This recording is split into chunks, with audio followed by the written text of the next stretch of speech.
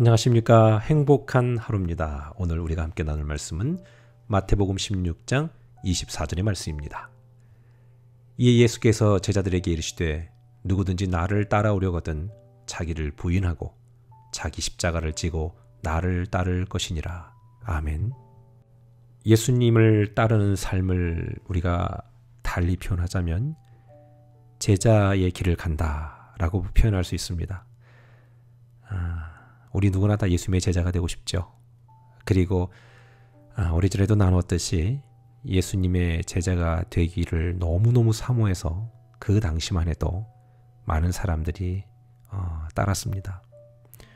하지만 예수님의 제자는 12명 뿐이었죠.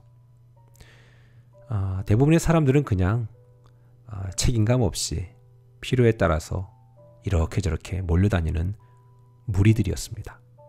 실제로 예수님은 그들을 무리라고 얘기했죠. 제자의 길을 걷는다. 내가 하나님의 자녀로 산다.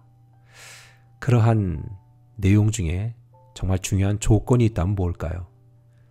오늘 말씀해 보니까 누구든지 그 길을 따르려면 첫 번째가 자기를 부인하는 거라고 얘기합니다.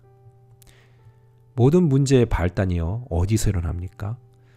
내가 나를 드러내놓고 싶고 내가 나를 좀 주장하고 싶고 그리고 피해보고 손해볼 때에 내가 나를 잃어버린 것 같아서 화가 날 때 바로 그때 분쟁이 생기지 않습니까? 그런데 예수님의 제자의 삶을 사는 것, 즉 하나님의 자녀가 되는 길에 매우 중요한 조건은 바로 나를 부인하는 것이다 라고 하더라고요. 이거 정말 힘듭니다. 저도 너무 어렵거든요. 제가 목회자이기 때문에 필요에 의해서 제가 제 스스로를 부인할 때는 있습니다. 하지만 여전히 저는 주기적으로 그리고 너무 자주 제 속에 있는 내가 왜 이래야만 해? 왜 굳이 내가 이 부분을 양보해야 해? 왜 무엇 때문에 이러한 그런 자꾸 질문들이 일어납니다. 아무리 봐도 저는 부족한 사람 같아요. 그런데 여러분, 성경엔 답이 있잖아요. 제자가 되려면 그렇게 하라는 겁니다. 왜? 그것이 어찌 보면 너의 십자가다라는 겁니다. 제자가 되려거든 너를 부인해야 돼. 너를 부인하는 게 제일 힘들지 그게 십자가 지는 거야 라는 것입니다. 그러니까 엄밀히 말하면 예수님의 제자가 되는 길, 하나님의 자녀로 살아가는 것은 나를 부인하고 그 다음에 내 십자가 지고 뭐 이렇게 조항들이 많이 늘어나는 게 아니라 나를 부인하는 게 가장 어렵기 때문에 그게 내게 큰 짐이라는 거거든요. 나를 부인하기 시작하면요 분쟁도 사라집니다. 내가 없다라는 말은요 즉 자존감이 없어서 나라는 존재가 완전히 사라졌다는 걸 의미하는 게 아닙니다. 그간엔 나를 드러내고 싶어서 내가 인정받고 싶어서 내게 공격해 들어오는 것들 때문에 내가 너무 화가 나서 나를 잃어버린 것 같아서 반응했던 모든 것들을 내려놓아라 라는 겁니다.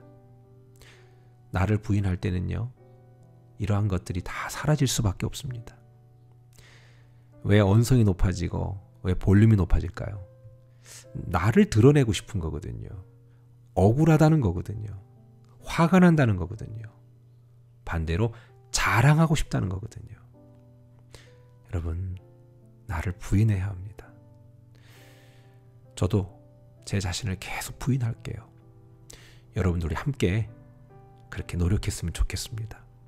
이것은요, 우리가 하나님께로부터 받은 숙제입니다. 이 숙제 잘 치르면요, 분명 성령께서 우리를 붙들어 주시고 비로소 제자가 되어가는 하나의 완성된 모습들을 우리에게 보여주시고 우리 자신이 그런 모습을 보면서 놀라게 될 줄 믿습니다.